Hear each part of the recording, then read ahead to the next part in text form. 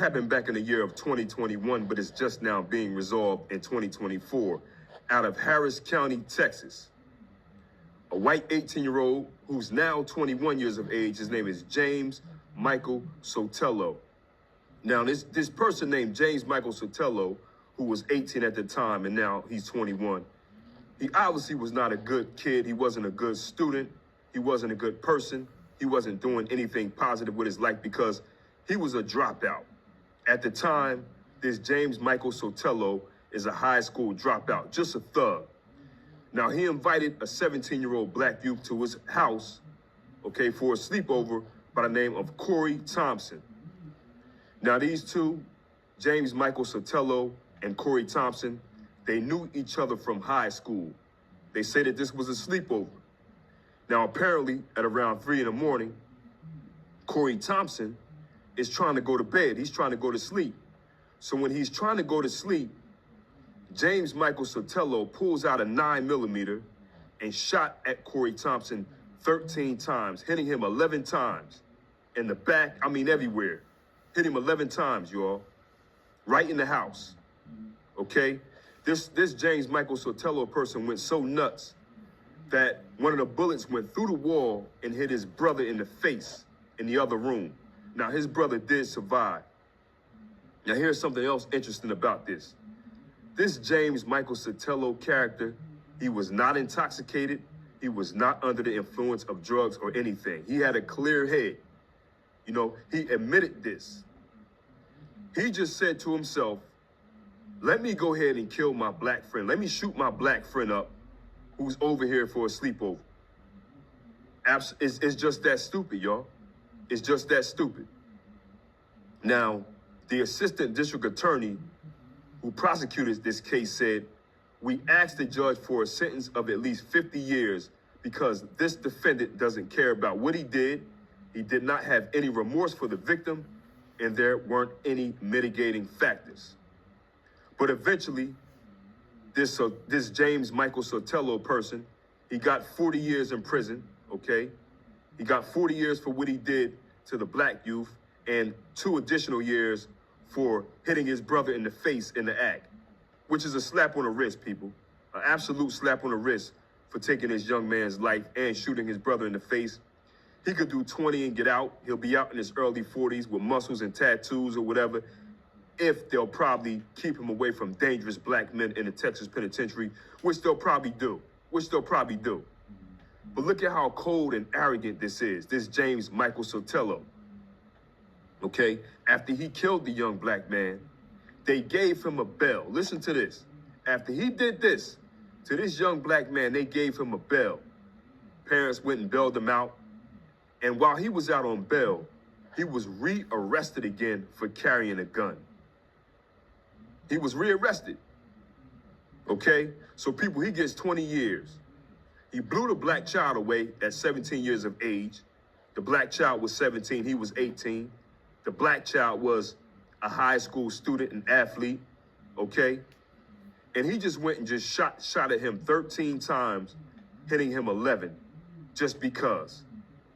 So people, I gotta say, man, first, condolences to the family of Corey Thompson. Condolences to this young man's family. His family is just now getting some justice for this, which I believe is a slap on the wrist. Corey Thompson was a young black teenager who was getting ready to go to HBCU, people. He was about to go to college and major in engineering, this Corey Thompson right here. This is a black child who had a job at a trampoline park. He played basketball, football. He's going to college to major in engineering. And unfortunately, people, this is one of those situations that our people don't like to hear about. This is a situation where Corey Thompson and his family did not understand race in America. They did not understand race. This James Michael Sotelo, this person who did this to Corey Thompson, a white high school dropout, a white thug, a loser, a bum. So you have to ask yourself, how could James Michael Sotelo, a white 18-year-old bum, hang out with one of our black youths who's actually doing something positive with his life at age 17? You know, how could this happen? Now, people, I know a lot of our people, they don't like to hear this, but I've said this in numerous videos in the past. White youths or white people from good families who are doing the right thing with their lives, trying to move up and take advantage of whiteness in America on that right white track, they typically do not take black kids as their friends. Not even good black youths, people. That's not how it goes. The only exception for this is through sports. That's usually the only exception to the rule. If they're teammates, you know, you have a white teammate and a black and white, they're on the same team and maybe they're friends. That's the only exception, okay? That's usually the only, of course, you're gonna know about other cases of people are gonna come forward and say, well, I had this wife. Of course, you know, we know that there are gonna be some other exceptions to, but this is the rule, man. This is the rule.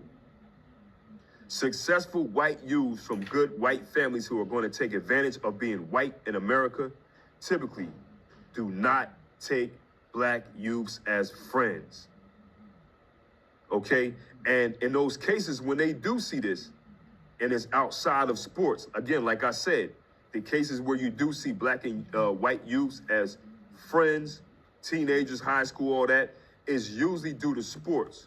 Now, in the cases where it's not sports, okay, and this white person is successful, and maybe even a black youth is, this is usually because the black youth is completely detached from his or her reality as a black person in America. That's usually how this friendship is even able to happen, when it's usually outside of sports. And this upsets a lot of people to hear this, man. A lot of people get upset when they hear this. They get in the comments, they talk about their relationship that they had with a white person and we were the, I'm not saying it's not possible, but it's very, very rule. Very, very rare, and this is the rule. And then you have to ask yourself, people who often come up with these relationships that they have with white people, well, what kind of black person are you? I don't know, but ask yourself, what kind of black person are you? You know, maybe you're one of these black people who are detached from your culture and you being a black person in America as well. I don't know, but I'm just giving you the rule. This is the rule, man. It's usually sports or the relationship is able to happen because this black youth is completely detached from his culture, her culture, or being a black person in America. And that's what it is. People don't like to hear this.